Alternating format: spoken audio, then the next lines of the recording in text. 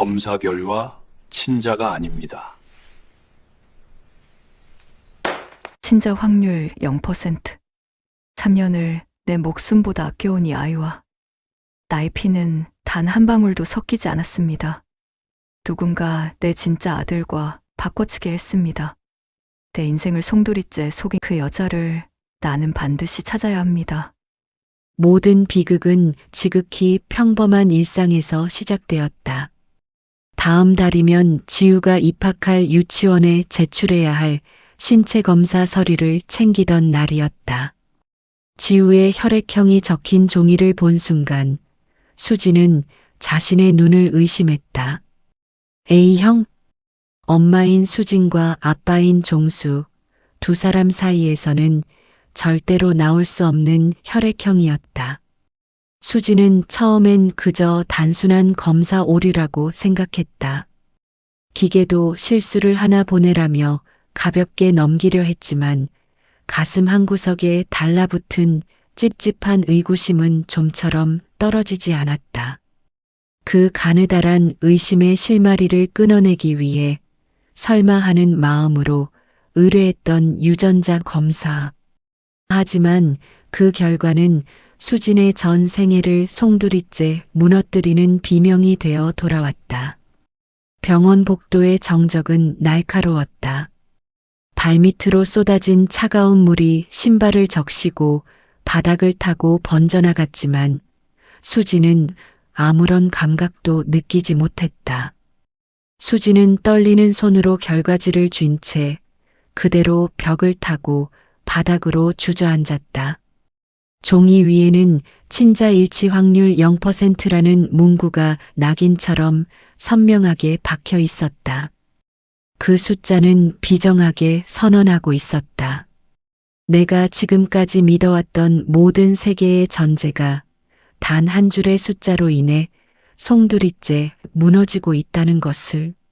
엄마. 등 뒤에서 아이가 소매를 잡아당겼다. 아이는 여전히 눈을 맞추지 못한 채 수진의 손가락을 하나씩 만지작거렸다. 그 익숙한 체온이 닿는 순간 수진은 알 수 없는 소름에 몸을 떨었다.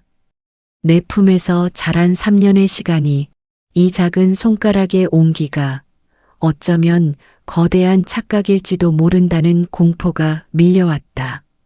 수지는 본능적으로 아이의 손을 쳐내고 말았다. 지우의 눈동자가 흔들렸다. 3년. 1095일 동안 수진이 지어왔던 일상이 바닥에 쏟아진 물웅덩이처럼 소리 없이 일그러지고 있었다. 집으로 돌아오는 내내 수지는 뒷좌석의 지우를 돌아보지 못했다. 백미러에 비친 아이는 창밖의 풍경을 잡으려는 듯 허공을 향해 무의미한 손짓을 반복했다.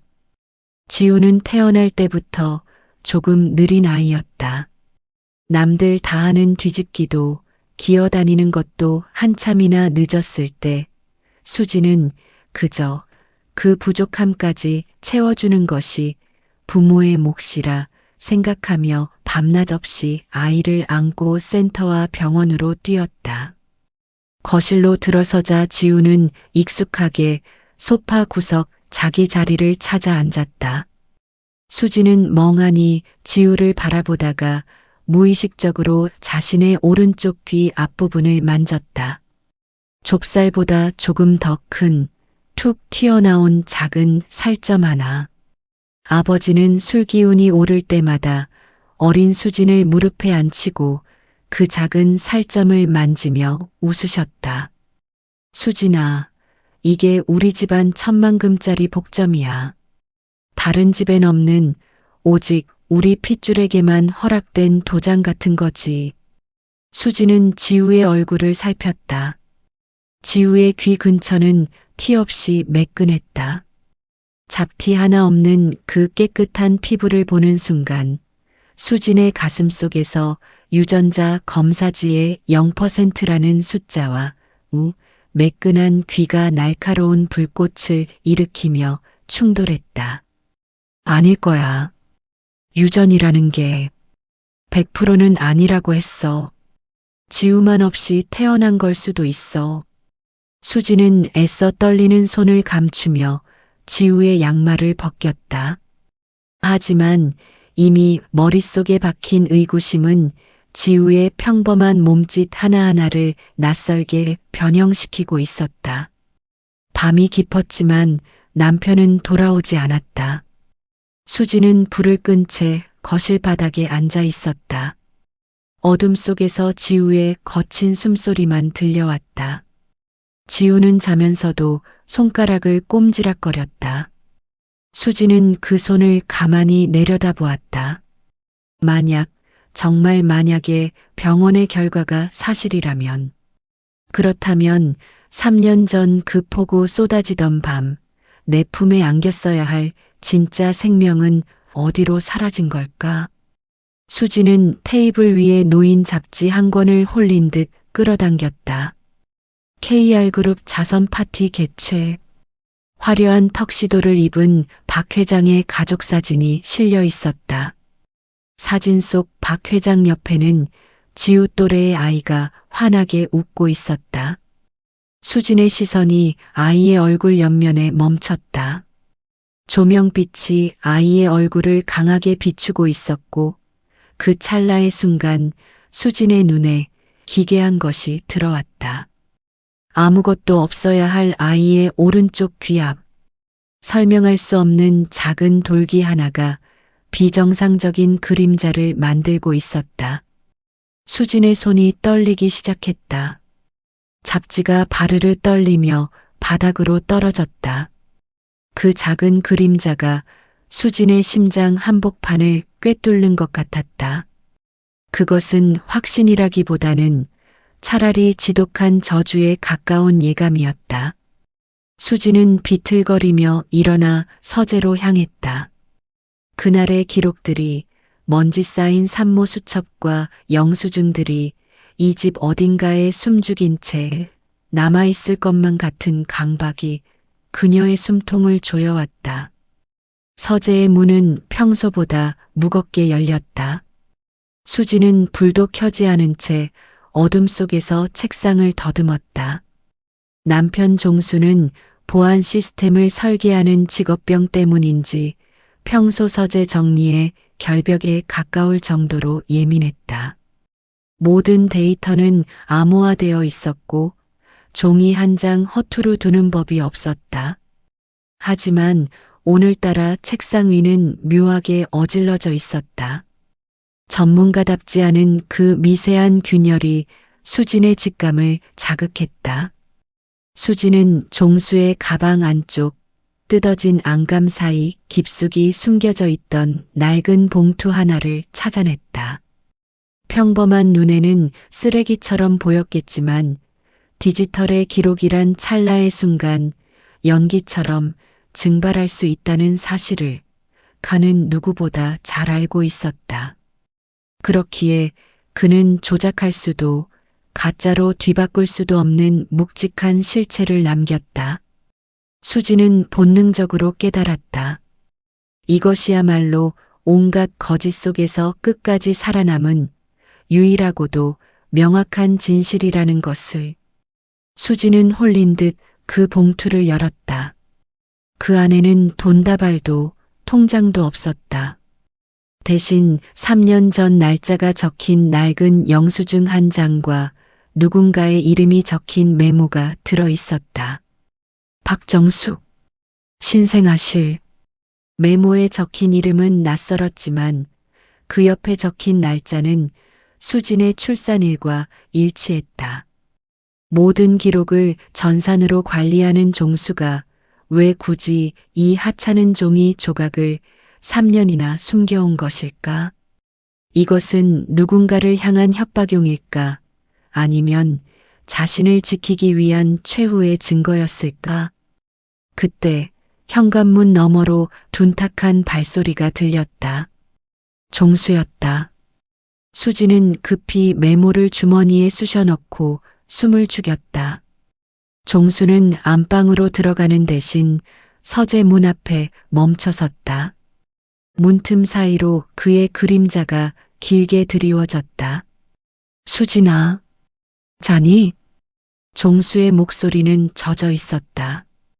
그것은 평소의 다정한 목소리가 아니었다. 무언가 거대한 것을 짊어진 자의 비겁한 망설임이 섞여 있었다. 수지는 대답하지 않았다. 대답하는 순간 자신이 붙잡고 있는 이 희미한 실마리가 비명과 함께 끊어질 것만 같았다. 종수는 한참을 그곳에 서 있었다. 어둠 속에서 그의 거친 호흡 소리가 수진의 귓가를 때렸다.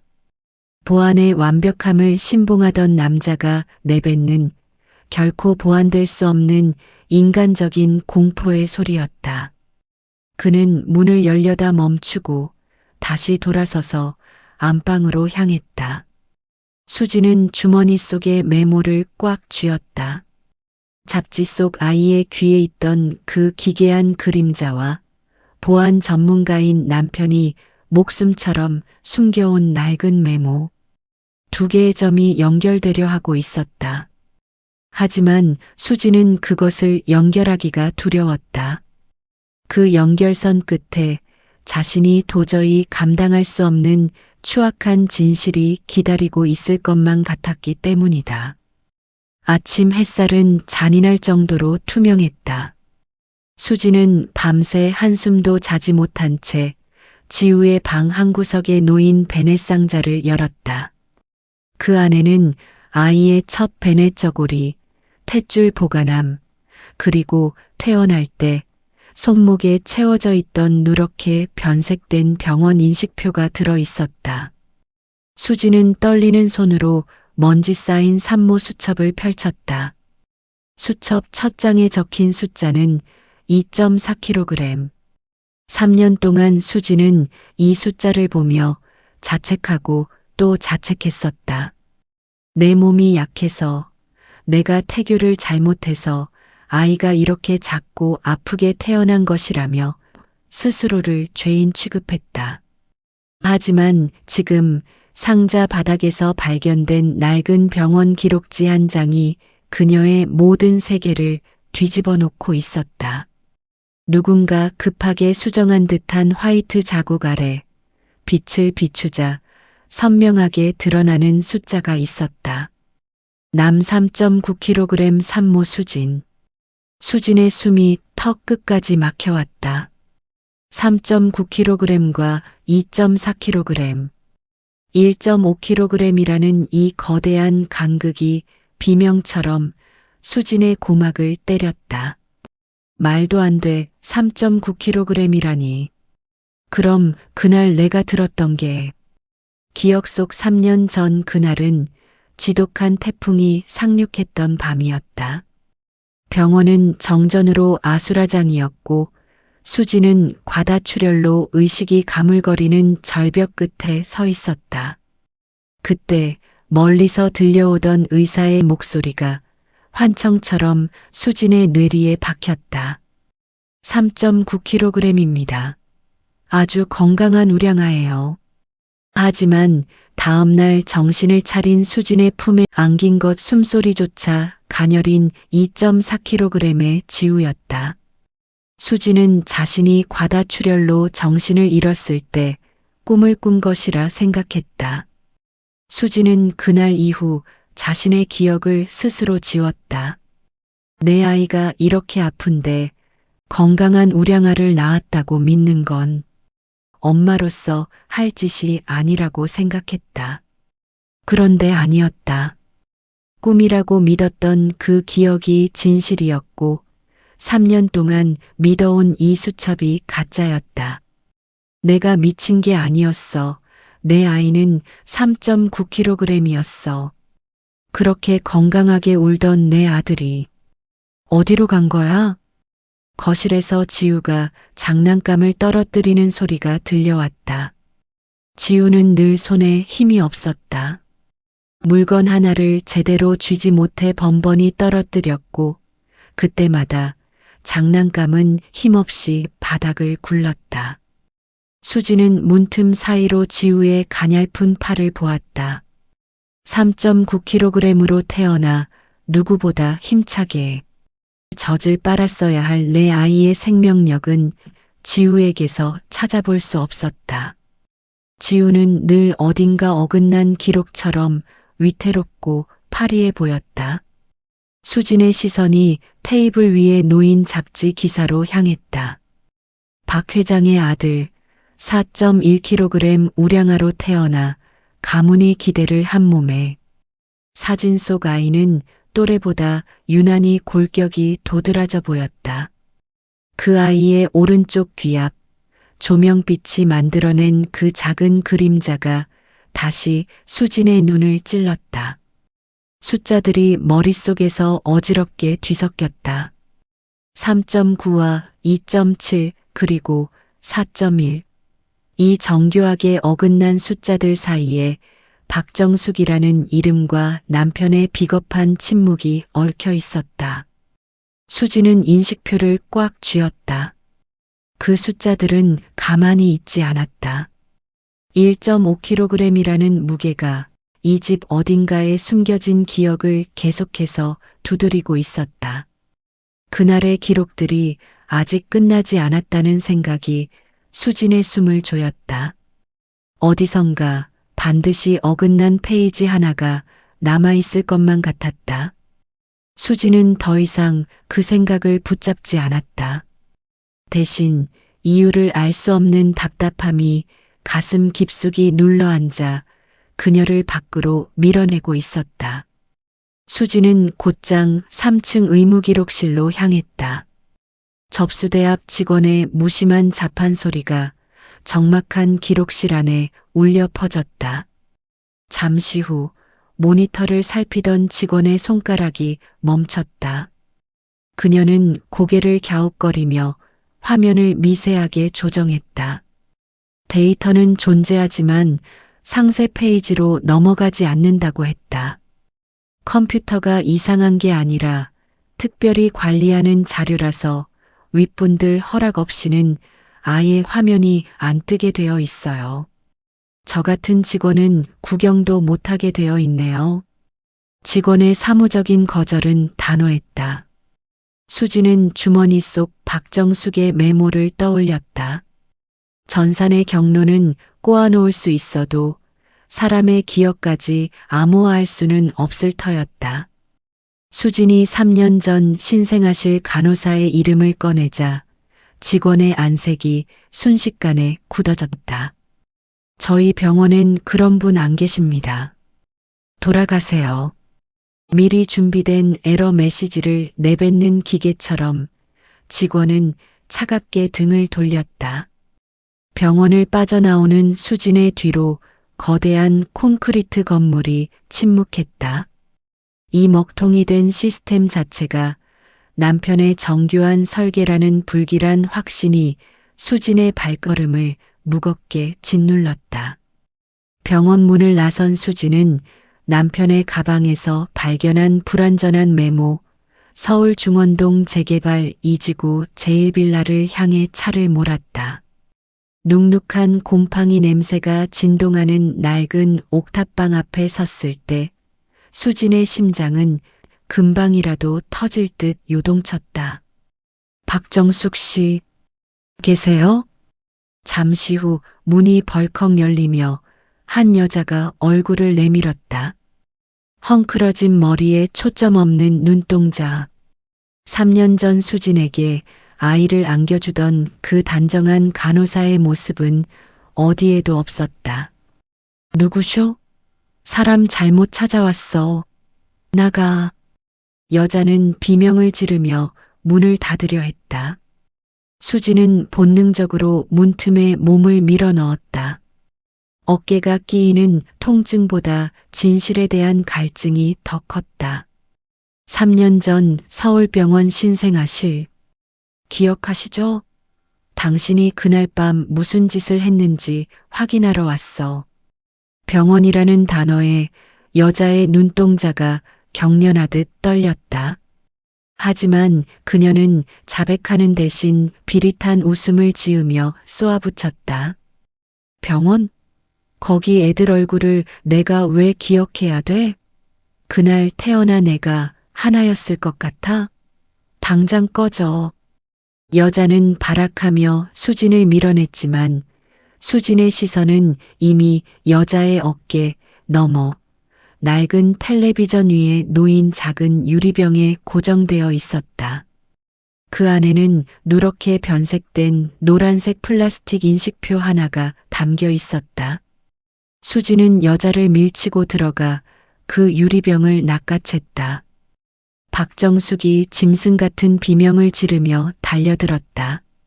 박정숙은 필사적으로 유리병을 뺏으려 수진의 팔을 핥히었다.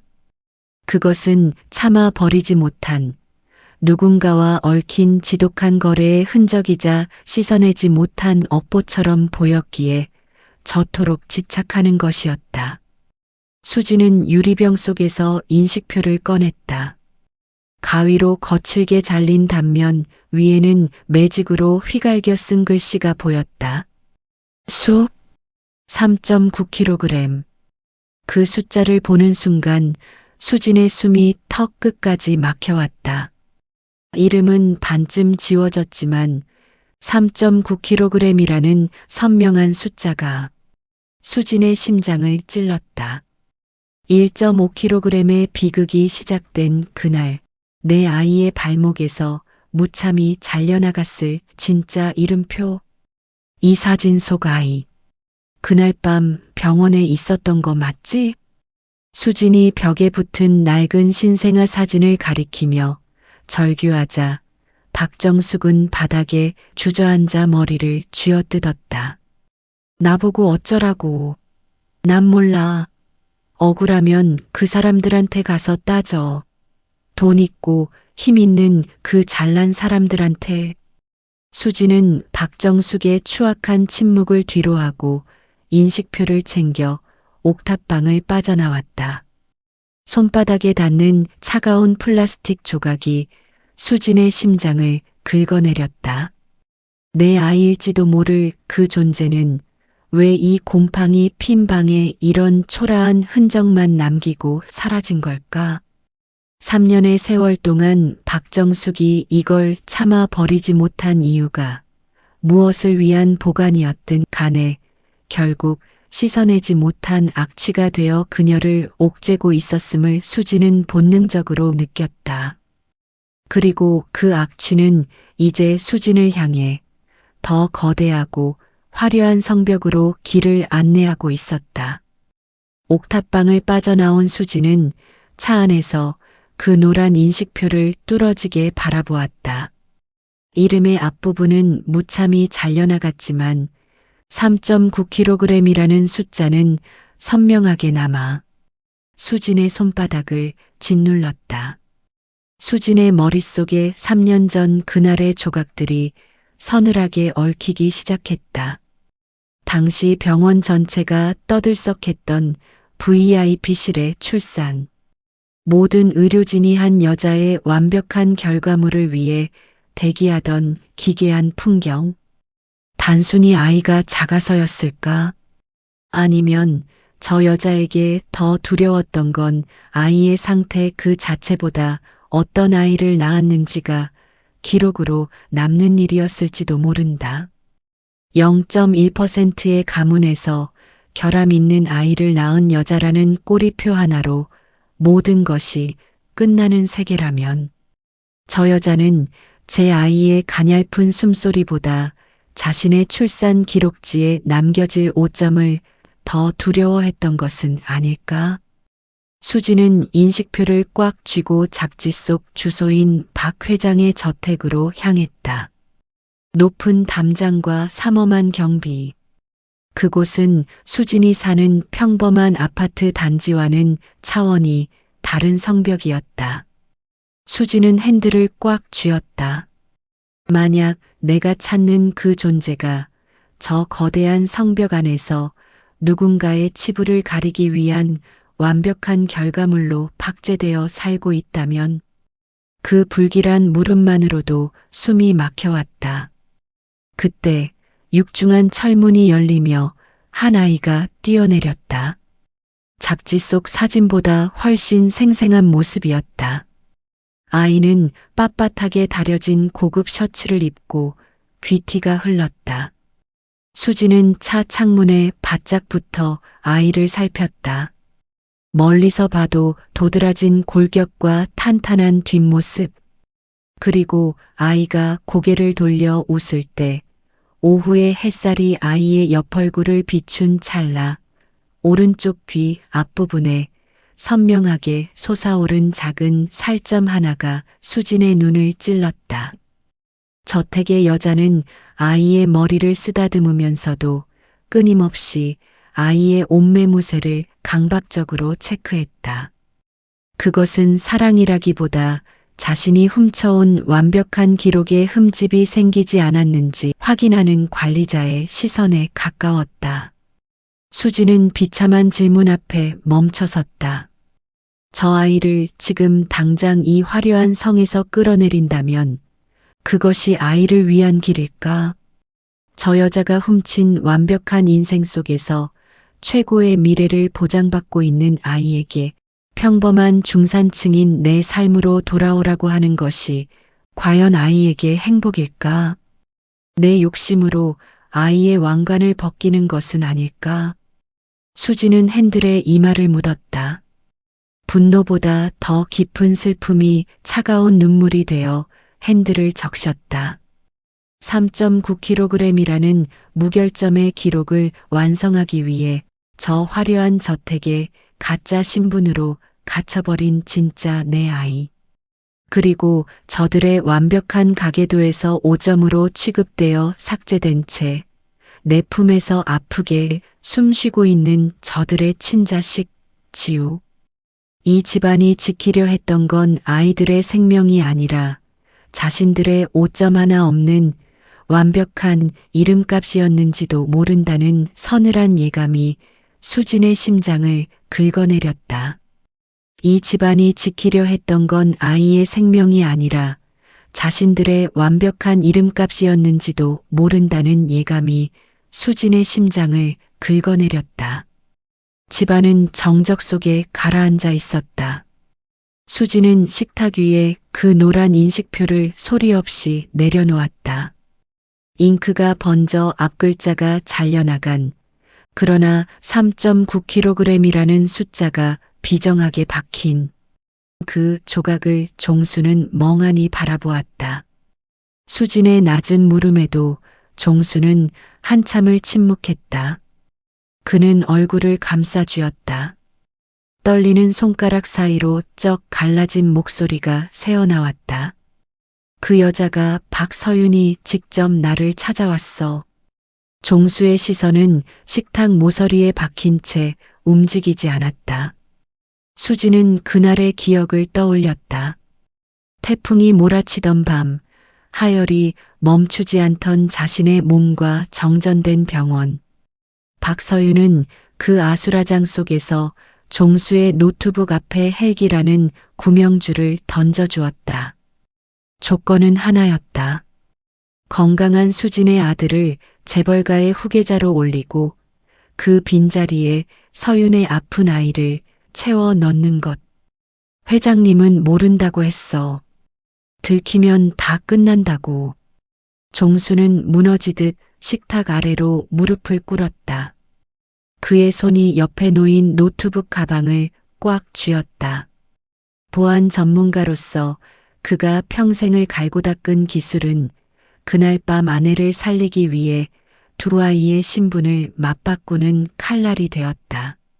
전산망의 보안을 뚫고 아들의 이름과 서윤의 아들 이름을 정교하게 뒤섞던 종수의 손가락 끝에 서린 공포가 수진에게도 전해지는 듯했다. 난 그냥 그 말을 믿기로 선택했을 뿐이야. 종수의 어깨가 격렬하게 들썩였다. 그는 머리를 쥐어뜯으며 오열했다. 재벌가로 보내진 아들은 이제 종수의 아들이 아닌 박 회장의 손자라는 이름으로 기록되었다. 엔터키 한 번에 두 아이의 운명이 뒤바뀌어 버렸다. 수지는 차가운 식탁을 짚은 채 그를 내려다보았다. 남편이 자신을 살리기 위해 지불한 대가는 숭고한 희생이 아니었다. 그것은 아들의 인생을 타인의 것으로 갈아치우고 얻어낸 비겁하고도 비릿한 생존이었다. 수지는 비참한 참회로 가득 찬 서재를 나와 현관으로 향했다. 등 뒤로 종수가 제발 예전처럼 지내자며 절규했지만 수지는 뒤돌아보지 않았다. 3년 동안 누려온 안온한 일상이 사실은 아들의 이름을 팔아넘기고 산 가짜 연극이었다는 사실에 수지는 차디찬 아스팔트 위에서 마침내 참았던 신음을 내뱉었다. 수지는 다시 그 저택 앞에 섰다. 인터폰 버튼을 누르는 순간 지우와 쌓아온 3년의 평화는 끝이 날 것이다. 문이 열리고 서윤이 우아한 실크 가운을 걸친 채 나타났다. 수지는 말없이 3.9kg이 적힌 노란 인식표를 꺼내 보였다. 서윤은 눈 하나 깜짝하지 않았다. 오히려 그 조각을 오므린 양쳐내며 가볍게 코웃음을 쳤다. 박정숙이 보낸 심부름꾼이냐며 수진을 하대하는 서윤의 목소리엔 오만함이 가득했다. 착각하지 마세요. 내 아들은 이 집안의 후계자로 자라고 있어요. 서윤은 수진의 가난과 비참함을 비웃었다. 당신이 품고 있는 그 아픈 아이나 걱정하라며 신성한 집 마당을 더럽히지 말고 당장 꺼지라는 서윤의 명령이 정원에 울려 퍼졌다. 경호원들에게 팔이 붙잡혀 대문 밖으로 밀려나면서도 수지는 서윤의 차가운 미소를 잊을 수 없었다. 성문이 굉음을 내며 닫혔다. 수지는 차디찬 아스팔트 위에 주저앉아 흙먼지가 묻은 인식표를 닦아냈다. 이제 싸움은 정의로운 복수가 아니었다. 그것은 짓밟힌 모성이 진흙탕 속에서 벌이는 처절한 생존 투쟁의 시작이었다. 철문이 닫히는 육중한 굉음이 수진의 등 뒤를 때렸다. 성벽 밖으로 밀려난 아스팔트 위에서 수진은 거친 숨을 몰아쉬었다. 주머니 속 노란 인식표의 모서리가 허벅지를 찔러올 때마다 그것은 마치 살아있는 생채기처럼 수진을 괴롭혔다. 집으로 돌아온 수진은 현관에 선 채 구두도 벗지 못했다. 거실 한복판, 지우는 제 몸보다 큰 곰 인형에 기대어 쌕쌕거리는 숨을 내뱉고 있었다.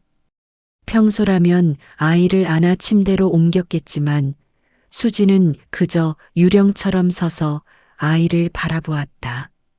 지우의 마른 기침 소리가 들릴 때마다 수진의 목은 누군가 밧줄을 당기는 듯 조여왔다. 수지는 뒷걸음질 치며 서재로 들어갔다. 불도 켜지 않은 어둠 속에서 물컵을 잡으려던 수진의 손이 미끄러졌다. 쨍그랑. 바닥에 튄 유리 파편이 수진의 발치를 적셨다. 파편을 치울 기력조차 없던 수진은 그 자리에 주저앉아 보안 전문가인 남편의 서랍 깊숙한 곳을 뒤졌다. 거기엔 3년 전 병원의 VIP 전담팀 명단이 숨겨져 있었다. 요양원의 소독약 냄새는 지독했다. 복도 끝, 한 여자가 초점 없는 눈으로 창밖을 보고 있었다. 한때 신생아들의 생명을 돌보았던 수간호사 김미숙이었다.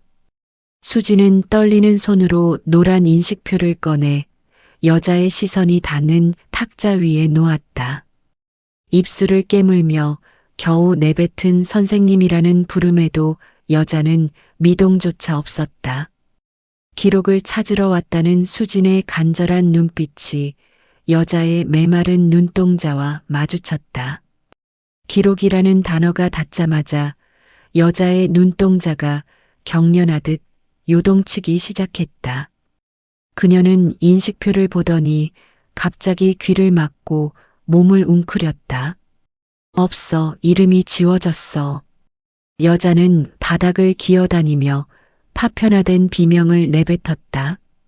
싹둑 잘라내면 이름도 아기도 없는 것이라며 아무도 모른다는 말을 주문처럼 반복했다.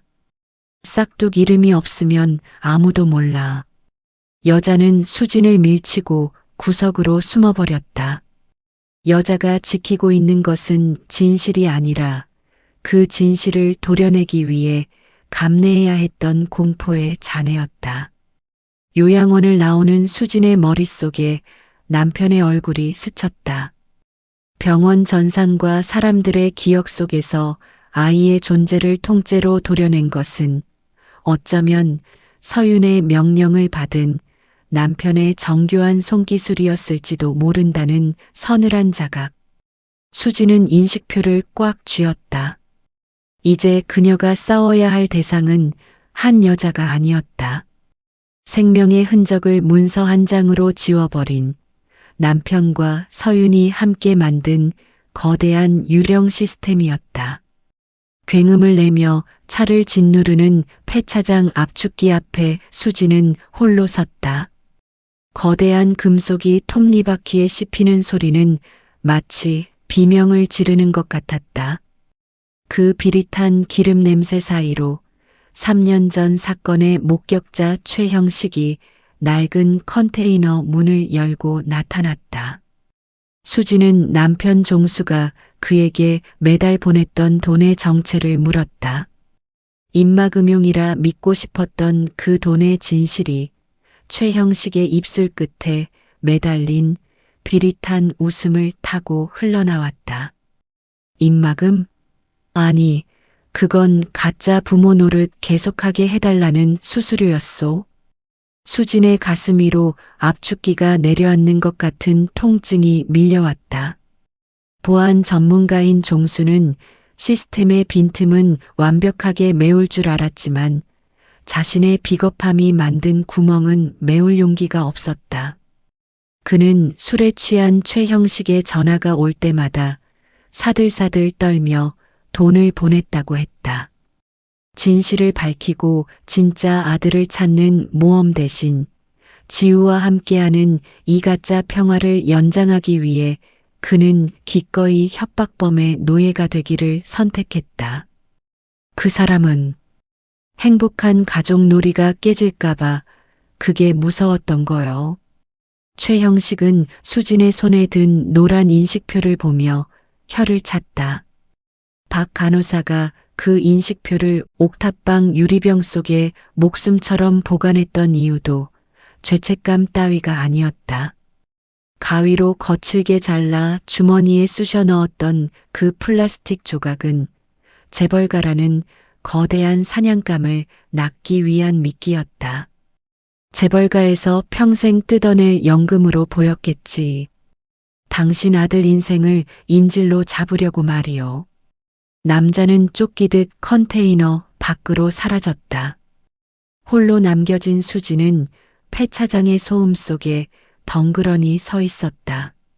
3년 동안 지우를 안고 웃고 울었던 그 모든 순간이 사실은 남편이 바친 비겁한 돈으로 유지해 온 가짜 연극이었다는 사실. 남편은 아내를 지킨 게 아니라 자신의 평온을 위해 진짜 아들을 죽은 사람 취급하며 그 기록 위에 가짜 집을 지었던 것이다. 수지는 인식표를 손바닥이 터지도록 꽉 쥐었다. 입 안가득 비릿한 피막과 함께 남편이 만든 그 정교하고도 추악한 무대를 기필코 무너뜨리겠다는 서늘한 분노가 치밀어 올랐다. 이름표 하나만으로는 아무것도 증명할 수 없다는 사실을 수지는 뼈저리게 알고 있었다. 최형식의 증언을 법적 효력이 있는 기록으로 바꾸기 위해 수지는 결국 모든 비극이 시작되었던 곳 산부인과로 다시 향했다. 잠든 지우를 카시트에 태운 수진의 손은 미세하게 떨리고 있었다. 병원 복도에서 마주한 것은 거대한 시스템의 벽이었다. 3년 전의 기록을 열어달라는 수진의 호소에 직원은 서류 한 장을 내밀었다. 보호자의 동의 없이는 상세 기록을 보여줄 수 없다는 사무적인 거절. 수진이 주머니 속 인식표를 꺼내려 할 때마다 지우의 울음소리가 수진의 발목을 잡았다. 엄마 집. 아이는 본능적으로 엄마의 변화를 감지한 듯 자지러지게 울어댔다. 수진은 기록실 문턱에서 멈춰섰다. 아이러니하게도 수진이 진실에 다가가려 할수록 그녀는 아픈 아이를 방치하는 비정한 엄마가 되어갔다. 손에 쥔 증거들이 늘어날수록 수진을 바라보는 세상의 시선은 차갑게 식어갔다. 집안의 공기는 지독하게 끈적거렸다. 종수는 아무 일 없었다는 듯 거실 스탠드를 고치고 지우의 장난감 기차 레일을 연결했다. 그가 만들어내는 일상의 소음들이 수진의 귀에는 날카로운 금소금처럼 박혔다. 수진은 거실 한복판에 서서 지우의 머리를 쓰다듬는 종수의 손을 응시했다. 저 손으로 공범들에게 돈을 건넸고 저 손가락으로 전산망을 두드려 내 진짜 아들의 이름을 지워버렸다. 하지만 수진을 더 미치게 하는 건 종수의 무릎에 앉아 까르르 웃는 지우의 해맑은 얼굴이었다. 3년을 내 목숨보다 아꼈던 저 아이가 사실은 내 아들의 인생을 훔쳐온 침입자라는 사실. 지우를 사랑할수록 어딘가에서 버려졌을 진짜 내 아이에게 죄를 짓는 것 같아 수지는 숨을 쉴 수가 없었다. 파열은 지극히 사소한 곳에서 시작되었다. 지우가 기어와 수진의 바지가랑이를 붙잡았다. 아이의 손에는 늘 먹던 투명한 핑크색 시럽병이 들려 있었다. 엄마, 지우 약. 지우는 투명한 눈으로 수진을 올려다보았다. 수진은 그 달콤하고 끈적한 액체를 멍하니 내려다보았다. 이 약은 누구를 위한 치유인가? 내 아이의 자리를 뺏어간 아이를 위한 영양제인가? 아니면 이 기괴한 연극을 유지하기 위한 윤활유인가? 수진은 약병을 받아든 채 지우의 가냘픈 손목을 보았다. 당장이라도 아이를 품에 안고 미안하다고 울고 싶은 마음과 너 때문에 내 아들은 어디 있느냐고 소리치고 싶은 광기가 수진의 안에서 정면으로 충돌했다. 수진의 손가락에 서서히 힘이 들어갔다. 드득. 플라스틱 병이 비틀리는 소리가 정적을 깼다. 종수가 당황하며 다가와 수진의 손에서 약병을 가로채려 했다. 그 순간 수진은 억눌러왔던 비명을 대신해 약병을 바닥으로 내던졌다. 퍽! 끈적한 핑크색 액체가 거실 바닥과 종수의 하얀 양말 위로 튀어올랐다. 지우가 가장 아끼는 그림책 위로 번지는 분홍색 얼룩. 자지러지게 울음을 터뜨리는 지우를 보며 수진은 난장판이 된 거실 한복판에서 헛웃음을 터뜨렸다. 아이를 달래주러 가고 싶은 본능이 발을 움직이려 할 때마다 저 아이는 내 자식이 아니다라는 차가운 이성이 수진의 심장을 난도질했다. 아, 지워야지. 당신 전공이잖아. 지우는 거. 수진의 갈라진 목소리가 종수의 심장을 찔렀다. 그때 초인종이 울렸다. 문이 열리자마자 엉망이 된 집안과 울어대는 아이, 그리고 넋이 나간 표정의 수진이 이웃 여자에게 그대로 노출되었다. 당황한 여자의 질문이 쏟아졌지만 수진은 대답할 수 없었다. 지우에게 가장 좋은 엄마가 되고 싶었던 3년의 공든 탑이 타인의 시선 앞에서 처음으로 무너져 내린 순간이었다. 거실에서는 상황을 수습하는 종수의 목소리가 들려왔다. 아내가 좀 아파서 예민해졌다는 완벽한 남편의 대사. 그는 여전히 상냥한 가스라이팅으로 수진을 부적격한 엄마로 만들고 있었다. 안방으로 숨어든 수진은 어둠 속에서 자신의 손을 내려다보았다. 핑크색 약물이 묻은 손가락이 흉측해 보였다. 지우를 사랑해서도 안 되고 그렇다고 미워할 수도 없는 이 지옥 같은 늪. 수진은 벽에 머리를 기대고 눈을 감았다. 무대는 부서지고 있었지만 지우의 울음소리는 여전히 수진의 심장 한구석을 날카로운 파편처럼 찌르고 있었다. 방문 너머로 들리는 종수의 목소리는 다정해서 더 기괴했다. 지우야, 엄마가 지금 조금 아파서 그래. 아빠랑 맛있는 거 먹자. 수진은 어둠 속에 웅크린 채 그 목소리를 들었다. 종수는 이제 수진을 진실을 아는 위험한 존재가 아니라 돌봐야 할 환자의 틀에 가두고 있었다. 진실을 말할수록 미친 사람이 되는 세계. 수진은 거울 속에 자신을 보았다. 초점 없는 눈과 헝클어진 머리. 이대로 있으면 종수의 말대로 정말 미쳐버리거나 영원히 이 방에 박제될 것 같았다. 밤이 깊어 종수의 콧꼬리 소리가 들릴 때쯤 수진은 조심스럽게 방을 나왔다. 거실에는 어제 터뜨린 약병의 핑크색 흔적이 얼룩처럼 남아 있었다. 종수가 닦아냈지만 지워지지 않은 그 얼룩이 마치 이 집의 운명처럼 보였다. 수진은 잠든 지우의 머리맡으로 다가갔다.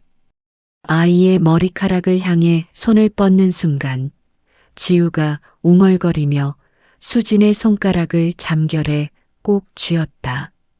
아이의 작고 따뜻한 온기가 수진의 차가운 손등을 타고 흘렀다. 수진은 심장이 멈추는 것 같은 감각에 숨을 들이켰다. 내가 지금 무슨 짓을 하려는 거지? 수진의 손이 허공에서 파르르 떨렸다. 아이를 사랑했던 3년의 기억이 파도처럼 밀려와 그녀의 목을 조였다. 지우의 정수리에서 나는 익숙한 아기 냄새가 수진의 이성을 마비시키려 했다. 하지만 수진은 눈을 감고 입술이 터지도록 깨물었다. 지우의 온기를 뿌리치듯 수진은 가느다란 머리카락 몇 가닥을 비정하게 뽑아냈다. 지우가 으앙하고 짧은 신음과 함께 몸을 뒤척였다. 수진은 죄인처럼 숨을 멈추고 어둠 속으로 몸을 숨겼다. 머리카락을 비닐팩에 담는 수진의 눈에는 이제 눈물조차 마른 집착만이 서려 있었다. 이제 남은 것은 성벽 안의 그 증거다. 수진은 집을 빠져나와 다시 그 저택으로 향했다. 이번에는 정문이 아니었다. 수진은 최형식이 말했던 쓰레기 배출구를 떠올렸다. 화려한 성벽 뒤편, 가장 지저분한 것들이 나가는 그 통로만이 수진이 잠입할 수 있는 유일한 길이었다. 수진은 빗물바지 통로를 타고 담장을 넘었다. 손톱이 깨지고 무릎이 까졌지만 통증은 느껴지지 않았다. 정원의 화려한 조명을 피해 어둠 속을 기어가던 수진은 아이의 방으로 추정되는 창문 아래에 멈춰섰다. 창문 너머로 아이의 책상이 보였다. 그리고 그 위에 놓인 아이의 칫솔과 컵. 수진은 창틀을 잡고 몸을 일으켰다. 하지만 그 순간 저택의 보안등이 일제히 켜지며 수진의 시야를 하얗게 가로막았다. 누구야?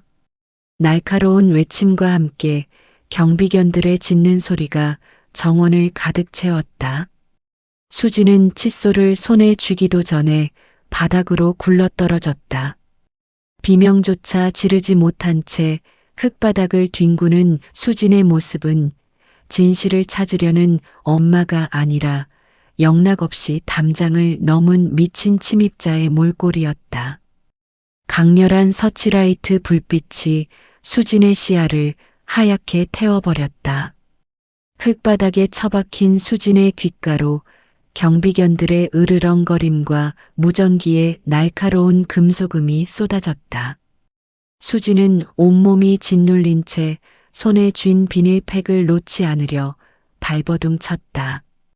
그 안엔 오늘 아침 죄책감을 씹어 삼키며 뽑아낸 지우의 머리카락이 들어 있었다. 이게 누구야? 비정할 만큼 차분한 목소리가 정적을 깼다. 서윤이었다. 우아한 실크 가운 자락을 휘날리며 다가온 그녀는 흙투성이가 된 수진을 징그러운 벌레 보듯 내려다보았다. 그 눈빛엔 혐오와 가식적인 연민이 기괴하게 뒤섞여 있었다. 수진은 갈라진 목소리로 비명을 내질렀다. 저태간의 아이가 내 아들이라고, 당장 내놓으라고 울부짖는 수진의 양팔을 경찰들이 거칠게 제압했다. 흩날리는 흙먼지 속에서 수진의 머리칼은 엉망으로 헝클어졌다. 경찰의 눈에 비친 수진은 논리적인 항변을 하는 엄마가 아니었다. 한밤중에 남의 집 담장을 넘어 아이의 머리카락에 집착하는 광기 어린 스토커일 뿐이었다. 서윤은 경찰을 향해 깊은 한숨을 내쉬며 가련한 연기를 시작했다. 경관님, 이분 정신적으로 많이 불안하신 분이에요. 서윤의 부드러운 목소리가 수진의 진실을 오염된 망상으로 탈바꿈시켰다. 수진은 당신들이 아이를 바꾼 거라고, 이 머리카락을 검사해 보라고 비명을 질렀지만 그 발악은 오히려 서윤이 파놓은 정신 이상이라는 덫을 더 견고하게 만들었다. 서윤은 슬픈 표정으로 고개를 저으며 수진이 든 비닐팩마저 자기 자식의 머리카락을 뽑아들고 배회하는 증거로 둔갑시켜버렸다. 그때 저택 앞으로 급브레이크 소리를 내며 종수의 차가 멈춰섰다. 차에서 내린 종수는 하얗게 질린 얼굴로 경찰에게 연신 고개를 숙였다. 그리고는 바닥을 기는 수진을 강제로 끌어안았다. 죄송합니다. 제 집사람이 약을 거르기 시작해서요. 종수의 그 다정한 사과는 수진의 등에 박히는 가장 날카로운 비수였다. 자신을 살리기 위해 아들을 팔았던 남편은 이제 자신의 평화를 위해 아내를 환자로 만들고 있었다. 수진은 자신을 품에 안은 종수의 가슴을 주먹으로 때리며 공범이라고, 당신이 돈을 준 거라고 소리쳤다. 하지만 타인들의 눈에 그 모습은 자신을 지키려는 헌신적인 남편을 공격하는 미친 여자의 발작일 뿐이었다. 구급차의 붉은 경광등이 정원을 피처럼 물들였다. 수진은 강제로 차에 밀어 넣어지며 멀어지는 저택을 보았다. 서윤의 입술이 소리 없이 움직였다. 치료 잘 받으라는 소름 끼치도록 다정한 가스라이팅이었다. 창문에 이마를 박은 채 수진은 깨달았다. 진실을 쥐고 담장을 넘었지만 세상은 그녀를 미친 여자라는 낙인으로 지워버렸다는 것을. 창살이 덧대어진 창문 너머로 부서진 햇살이 쏟아진다. 수진은 종수가 내민 서류를 응시하지만 그 속에 담긴 글자보다 종수의 손등에 남은 붉은 손톱 자국에 더 시선이 머문다. 어제의 처절했던 몸부림이 남긴 흉터. 종수는 수진의 서늘한 눈을 피해 약사발과 물컵을 내려놓으며 비겁한 안도감이 섞인 한숨을 내뱉는다. 박 회장 측과의 합의, 그리고 아내의 강제적 치료. 그것은 종수에게 있어 진실을 묻어버릴 수 있는 가장 완벽한 면죄부였다. 수진아, 박 회장님 댁에서 고소 안 하기로 했어. 당신 치료받는 조건으로 합의했으니까. 이제 지우랑 셋이서 예전처럼 지낼 수 있어. 그의 목소리는 다정했지만 그 이면엔 아내가 영원히 망상 환자로 남길 바라는 추악한 욕망이 일렁인다. 아내가 무너질수록 자신의 죄가 가벼워진다는 역설적인 평온함. 종수는 진정제 알약을 수진의 손바닥에 올리며 마치 구원이라도 베푸는 듯한 표정을 짓는다. 수진은 그 비겁한 안도감을 놓치지 않고 눈에 담으며 건네받은 알약을 입에 넣는 척 혀 밑에 은밀히 감춘다. 아내의 영혼이 죽어가는 줄도 모르고 종수는 드디어 위기를 넘겼다는 희열에 젖어 수진을 세게 끌어안는다. 수진은 그의 품 안에서 싸늘하게 식어가는 자신의 심장을 느끼며 거실에서 들려오는 지우의 웃음소리에 귀를 기울인다. 종수가 방심하며 거실로 나간 뒤 수진은 혀 밑에 약을 뱉어내고 식탁 위 보안 카드를 응시한다. 남편이 목숨처럼 지키려 했던 그 가짜 평화가 이제 그녀의 손에서 가장 날카로운 칼날로 변할 차례였다. 재활센터의 오전은 규칙적인 기계음과 가쁜 숨소리로 가득했습니다. 수지는 짙은 그림자 속에 몸을 숨긴 채 담장 위에서 눈을 번뜩이는 감시 카메라를 응시했습니다. 예전처럼 비명을 지르며 담장을 넘을 필요는 없었습니다. 수진의 손에는 남편 종수가 목숨처럼 아끼던 관리자용 보안 카드가 쥐어져 있었습니다. 수진은 판독기에 카드를 살짝 갖다 댔습니다. 디릭. 가벼운 기계음과 함께 카메라들이 약속이라도 한 듯 일제히 고개를 숙였습니다. 보안팀장인 남편이 기기 점검을 위해 설정해둔 비밀 통로가 열린 것입니다. 전산망은 이제 수진을 침입자가 아니라 늦은 밤 기계를 살피러 온 주인으로 인식했습니다. 수진은 남편이 몰래 아이를 훔쳐보기 위해 비틀어 두었던 그 보이지 않는 길을 따라 단 한 번의 경보음도 없이 저택 지하의 비밀 기록실에 도달했습니다. 기록실의 공기는 얼음장처럼 차갑고 건조했습니다. 거대한 기계들이 내뱉는 서늘한 푸른 빛이 수진의 얼굴을 비췄습니다. 수진은 화면 앞으로 다가갔습니다. 그녀가 찾는 것은 대단한 서류가 아니었습니다. 3년 전 그날 병원의 기록을 지울 때 남겨진 도려낸 흔적이었습니다. 컴퓨터 기록은 종이가 아니어서 불태워 없앨 수 없습니다. 기록을 지우면 지웠다는 자국이 남고 고치면 고쳤다는 발자국이 남기 마련입니다. 남편 종수는 병원의 기록은 깨끗이 치웠지만 나중에 서윤이 자신을 배신할 때를 대비해 이 저택의 비밀 보관함 속에 삭제의 흔적을 보험처럼 숨겨두었을 터였습니다. 서로를 올가매기 위해 남겨둔 그 추악한 족쇄가 이제 수진의 눈앞에 모습을 드러냈습니다. 화면 위에는 3년 전 5월 3일 수진의 아들이 태어난 그 시각의 기록이 뻥 뚫린 구멍처럼 비어 있었습니다. 수진은 그 텅 빈 공백을 멍하니 내려다보았습니다. 완벽한 범죄에는 증거가 남지 않는다지만 보안 전문가인 남편이 이토록 정교하게 기록을 파내버린 흔적이야말로 그가 범인이라는 가장 확실한 증거였습니다. 이 텅 빈 구멍이 당신의 고백이네. 수진은 그 도려낸 기록의 흔적을 조용히 저장했습니다. 그리고 익명의 창을 하나 열었습니다. 이 기록은 이제 이 집안에서 가장 깨끗하다고 믿어지는 곳들을 향해 조용히 흘러가야 했습니다. 그것이 어디에 먼저 닿을지는 이제 수진이 상관할 일이 아니었습니다. 그저 지워진 진실이 어딘가 제자리로 돌아가려 꿈틀대고 있을 뿐이었습니다.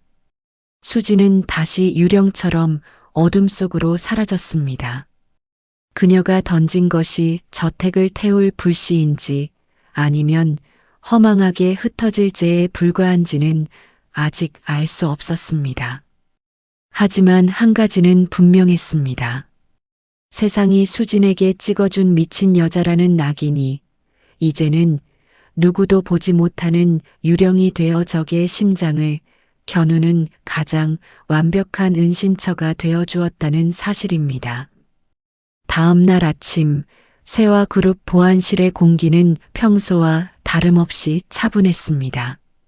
하지만 출근하자마자 컴퓨터를 켠 보안팀장 종수의 안색은 순식간에 흑빛으로 변했습니다. 자신의 개인 화면 구석에 이름도 없는 파일 하나가 유령처럼 떠 있었기 때문입니다. 떨리는 손으로 파일을 연 종수는 비명조차 지르지 못했습니다. 거기엔 3년 전 자신이 저택 비밀 보관함에 숨겨두었던 기록을 도려낸 자국이 고스란히 담겨 있었습니다. 설마 수진이가? 종수는 어제 방문을 걸어 잠그고 멍하니 앉아있던 아내의 얼굴을 떠올렸습니다. 하지만 곧 고개를 저었습니다. 아내는 지금 약 기운에 취해 제 몸 하나 가누지 못하는 환자여야 했습니다. 하지만 화면 속의 그 도려낸 구멍은 종수를 비웃듯 깜빡이고 있었습니다. 종수는 본능적으로 느꼈습니다.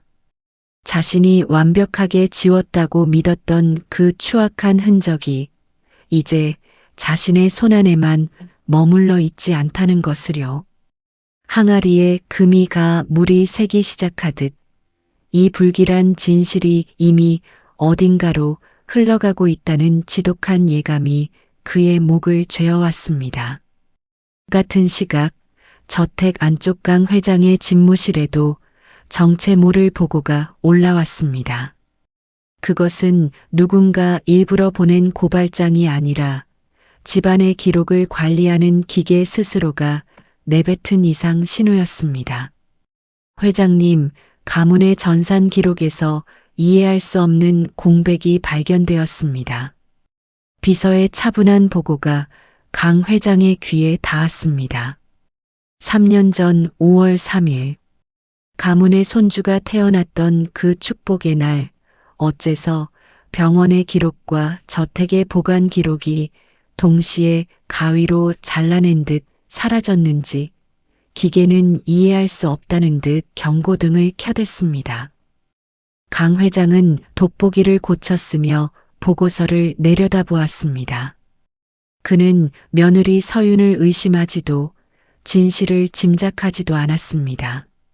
다만 평생을 바쳐 지켜온 자신의 성역에 누군가 감히 손을 댔다는 사실 그 자체에 참을 수 없는 불쾌감을 느꼈습니다. 누가 내 집안 물건에 손을 댔군. 강 회장의 나직한 한마디가 정적을 깼습니다. 수지는 싸우지 않았습니다. 그저 남편이 숨겨둔 흔적이 주인의 눈에 띄게 길을 터주었을 뿐입니다. 이제 시스템은 시스템을 의심하고 주인은 자신이 가장 믿었던 보안팀장이 숨긴 구멍을 들여다보기 시작할 것입니다. 유령이 된 수지는 이제 성벽 밖에서 조용히 지켜볼 뿐입니다. 자신이 던진 이름 없는 파일이 저 거대한 저택의 톱니바퀴 사이에 끼어들어 앞으로 어떤 소리를 내며 흔들리게 될지는 아직 아무도 알 수 없었습니다. 박 회장의 집무실은 거대한 정막에 잠겨 있었습니다. 강 회장은 돋보기를 고쳤으며 보고서의 특정 페이지를 몇 번이나 다시 읽었습니다. 처음엔 감히 누가 내 집안 기록에 손을 댔는가 하는 불쾌함 뿐이었지만 이제는 기묘한 한기의 뒷덜미가 서늘해졌습니다. 왜 하필 그날인가? 비서실의 보고는 명확했습니다. 3년 전 그날의 공식적인 기록은 깨끗하게 지워져 있었지만 시스템 구석에 남은 작은 메모들이 문제였습니다. 비유하자면 이런 것이었습니다. 집안의 큰 장부는 감쪽같이 새로 썼는데 장부 갈피에 끼워두었던 간호사의 작은 쪽지나 영수증 같은 사소한 기록들은 미처 다 치우지 못한 꼴이었습니다. 분명 며느리 서유는 그날 우량아를 낳았다고 보고했고 가문의 기록도 그렇게 수정되었습니다. 하지만 장부 구석에 남은 이름 없는 쪽지에는 그날 태어난 아이가 이로 시작하는 아주 가녀린 무게였다는 흔적이 유령처럼 남아 있었던 것입니다.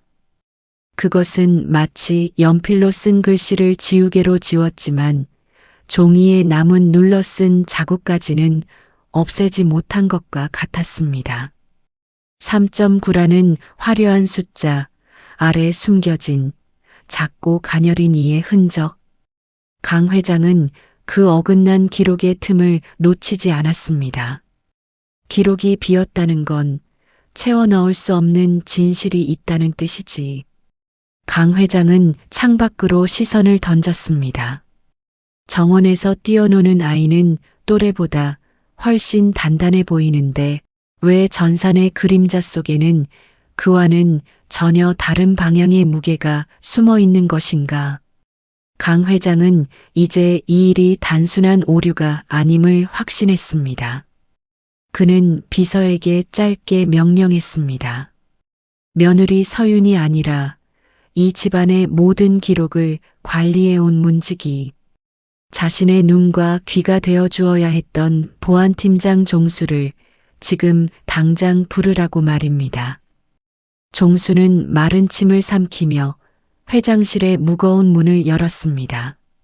아침에 자신의 화면에 떴던 그 이름 없는 파일의 공포가 아직 가시기도 전이었습니다. 강 회장은 종수를 바라보지 않았습니다. 그저 책상 위에 놓인 화면 하나를 손가락으로 툭 밀어 종수 앞에 놓았을 뿐입니다. 거기엔 종수가 그토록 완벽하게 도려냈다고 믿었던 하지만 미처 다 떼어내지 못한 진실의 조각들이 붉은 경고등과 함께 깜빡이고 있었습니다. 자네는 내 집안의 문지기인가 아니면 쥐구멍을 파는 쥐인가? 강 회장의 목소리는 낮았지만 그 안에는 벼락 같은 위험이 서려 있었습니다. 종수의 시야가 잠시 흔들렸습니다. 자판 위에서 수천 번 눌렀던 삭제라는 단어가 처음으로 아무 힘도 없다는 걸 깨닫는 순간이었습니다. 3.9kg 아래에 왜 지우다 많이가 남아있지? 설명을 요구하는 말이 아니었습니다. 이미 모든 것을 꿰뚫어 본 주인의 마지막 확인이었습니다. 종수의 다리가 힘없이 꺾이며 바닥에 닿았습니다. 수지는 여전히 성벽 밖 어둠 속에 있었습니다. 하지만 그녀가 터뜨린 그 작은 균열은 이제 남편 종수의 무릎을 꿇리고 서윤이 쌓아 올린 가짜 성벽을 무너뜨릴 거대한 파도가 되어 저택 안으로 들이치고 있었습니다. 종수가 무릎을 꿇고 나간 뒤에도 강 회장은 한참을 움직이지 않았습니다. 집무실의 커튼을 젖히자 정오의 햇살이 부서지는 정원이 한눈에 들어왔습니다. 평소라면 평화로운 가문의 풍경이었겠지만 오늘 강 회장의 눈에 비친 정원은 거대한 가짜 연극 무대처럼 보였습니다. 정원 한복판에서는 며느리 서윤이 아이와 함께 시간을 보내고 있었습니다. 서윤은 아이가 웃을 때마다 함께 미소 지었지만 그녀의 손은 잠시도 쉬지 않았습니다. 아이보다 먼저 옷깃을 바로 세우고 아이의 눈을 맞추기보다 바지에 묻은 흙먼지를 먼저 털어내는 바쁜 손길. 마치 무언가를 끊임없이 점검하고 손질하지 않으면 금이라도 갈 것처럼 위태로운 움직임이었습니다. 거짓은 끊임없이 손질이 필요한 법이지. 강 회장은 창유리에 비친 자신의 서늘한 눈동자를 응시했습니다. 3.9kg이라는 완벽한 숫자로 포장된 아이. 하지만 기록의 그림자 속에 숨겨져 있던 가녀린 이의 흔적. 강 회장은 정원에서 뛰어노는 아이를 아주 오래 바라보았습니다. 아이의 웃는 얼굴, 달리는 걸음, 그리고 서윤의 손이 멈추지 않는 그 모든 순간까지 그는 평생을 바쳐 지켜온 가문의 혈통이라는 걸음망으로 아이를 다시 걸러내기 시작했습니다. 그때 서윤이 무심코 고개를 들어 집무실 창가를 향했습니다. 시선이 마주치자 그녀는 평소처럼 우아하게 고개를 숙여 인사했습니다. 하지만 강 회장은 답례하지 않았습니다. 그저 차가운 유리창 너머로 며느리의 일거수일투족을 조용히 지켜볼 뿐이었습니다. 노인의 시선은 이미 며느리를 가족이 아닌 밝혀내야 할 거대한 오리로 규정하고 있었습니다. 수진은 여전히 그곳에 없었습니다. 하지만 수진이 저택의 심장부에 심어놓은 의심의 씨앗은 이제 강 회장이라는 거대한 나무를 타고 올라가 서윤의 성벽을 휘감고 있었습니다. 폭로도 비명도 없었습니다. 오직 노예한 주인의 소름 끼치는 관찰만이 서윤의 숨통을 조용히 조여가고 있었습니다. 강 회장은 비서에게 시선도 주지 않은 채 짧게 내뱉었습니다. 준비해라. 내 눈으로 직접 확인해야겠다. 그것은 서윤의 성벽이 무너지는 파열음의 시작이었습니다. 저택의 공기는 하루아침에 얼어붙었습니다. 서윤은 본능적으로 깨달았습니다. 자신을 떠받치고 있던 견고한 성벽에 원인 모를 냉기가 스며들고 있다는 것을요. 평소와 다름없는 아침 식사 자리였지만 식탁 맞은편에 앉은 강 회장의 시선은 더 이상 서윤에게 머물지 않았습니다. 서윤은 애써 미소를 지으며 강 회장의 찻잔을 채웠습니다.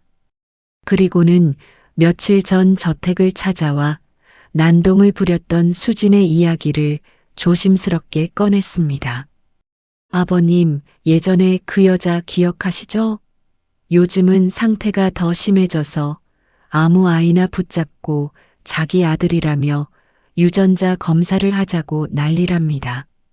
서윤의 목소리는 다정했지만 식탁 위를 떠도는 그녀의 시선은 쉴 곳을 찾지 못했습니다. 수진의 미친 행적을 하나하나 열거하는 서윤의 말이 길어질수록 집무실에는 기묘한 정적만이 쌓여갔습니다.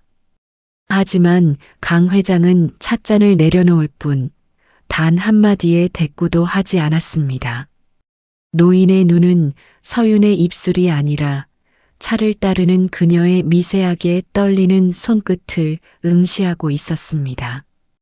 찬물이 잔을 넘어 찻받침으로 조금씩 흘러넘쳤지만 서윤은 그것조차 깨닫지 못한 채 수진의 광기에 대해 쉬지 않고 떠들었습니다. 그만해라. 귀가 따갑구나.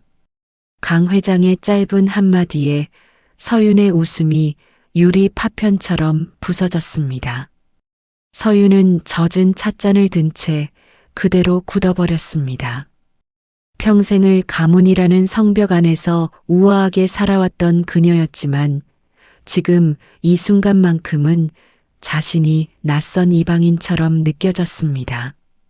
강 회장은 자리에서 일어나 창밖을 향해 몸을 돌렸습니다. 노인의 뒷모습은 거대한 절벽처럼 단단했고 그 너머로 서윤이 건너갈 길은 보이지 않았습니다. 강 회장은 서윤과 비서를 물리고 홀로 앉아 책상 위에 하얀 봉투를 응시했습니다. 서윤 몰래 아이의 머리칼을 챙겨 보냈던 그 확인의 결과가 지금 노인의 손안에 들어와 있었습니다. 노인은 떨리는 손을 감추려 책상을 꽉 맞잡았습니다. 평생을 가문의 이름과 핏줄의 신성함을 위해 살아온 그였습니다. 만약 이 봉투가 자신이 믿어온 세상을 부정한다면 그것은 며느리의 배신 이전에 강 회장 자신의 인생 전체가 오판이었다는 고백이 될 터였습니다. 노인이 마침내 봉투를 뜯었습니다. 복잡한 용어들 사이로 오직 마지막 한 줄만이 붉은 낙인처럼 박혔습니다. 친자관계 성립 안함. 지금 저택 마당에서 가문의 후계자라 불리며 뛰어노는 저 아이는 강 회장의 핏줄이 아니었습니다. 며느리 서윤이 자신의 욕망을 위해 끼워 넣은 이 집안과는 아무 상관도 없는 타인이었습니다. 강 회장은 분노하기보다 먼저 거대한 허탈감에 몸을 떨었습니다. 자신이 그토록 아꼈던 손주가 가짜였다는 사실보다 대문 밖에서 미친 여자라며 내쫓았던 그 여자의 말이 진실이었다는 사실이 노인의 목을 죄어왔습니다. 완벽하다고 믿었던 가문의 기둥에 이미 회복할 수 없는 구멍이 뚫려 있었습니다. 내가 가짜를 품고 살았구나.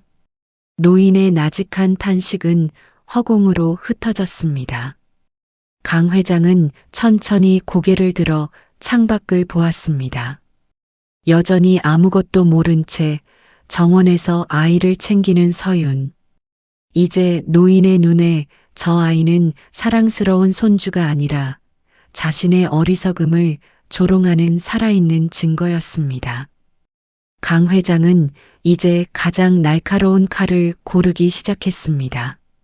수지는 여전히 성벽 밖 어둠 속에 있었습니다.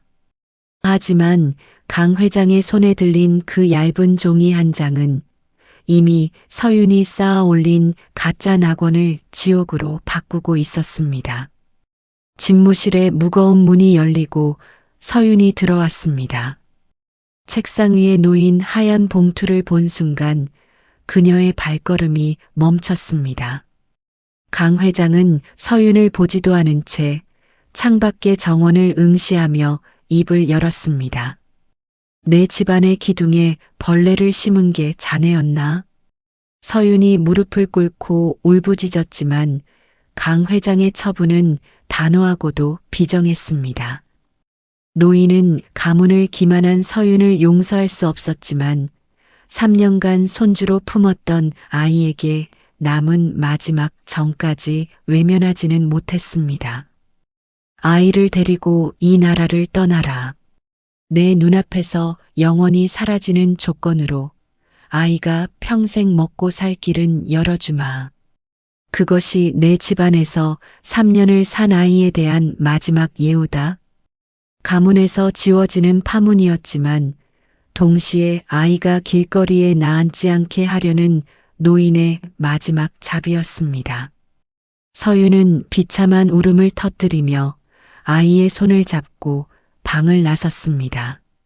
그 시각 수지는 저택의 철문 밖 어둠 속에 서 있었습니다. 담장 너머로 들려오는 서윤의 비명소리. 수지는 며칠 전 이곳에서 미친 여자라며 경비원들에게 끌려나갔던 그 서늘한 모욕감을 떠올렸습니다. 하지만 지금은 그 분노보다 더 큰 비극이 그녀 앞에 놓여 있었습니다.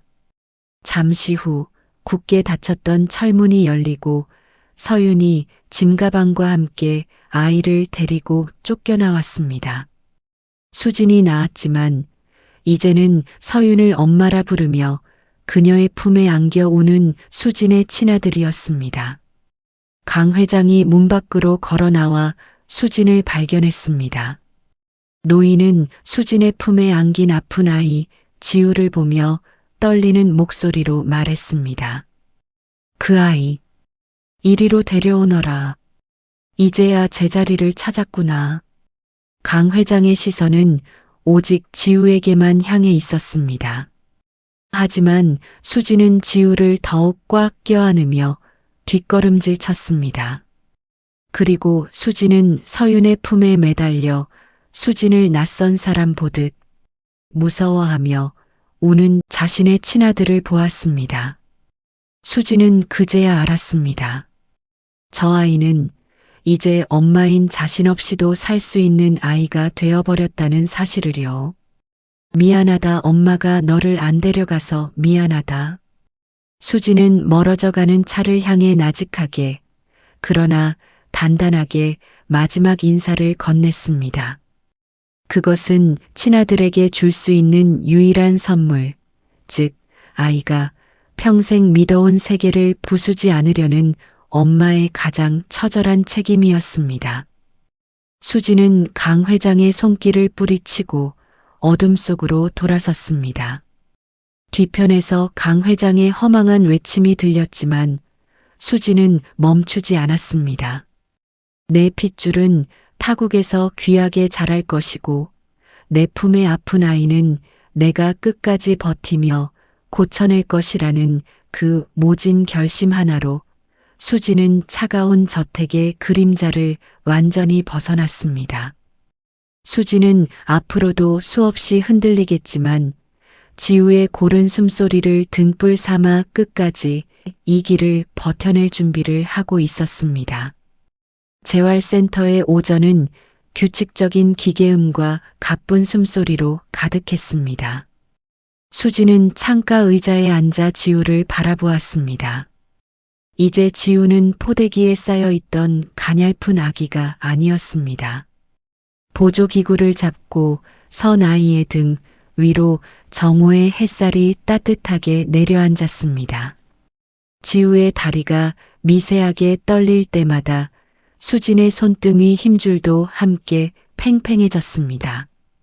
아이의 땀을 닦아주려 뻗은 수진의 왼손 네 번째 손가락엔 오래된 반지 자국만이 옅은 흉터처럼 남았습니다.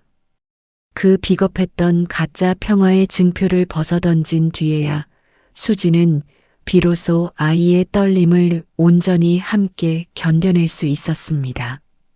지우야, 한 번만 더. 엄마 여기 있어. 수진의 목소리는 낮고 단단했습니다. 아이는 입술을 꽉 깨물고 한 걸음을 내디뎠습니다. 바닥을 딛는 발바닥의 마찰음이 고요한 센터 안에 울려 퍼졌습니다. 대단한 기적은 아니었지만 그것은 수진이 그 차가운 저택의 그림자와 비겁했던 남편의 품을 벗어나 선택한 길이 틀리지 않았음을 증명하는 가장 정직한 소리였습니다. 저택의 강 회장은 약속을 지켰습니다.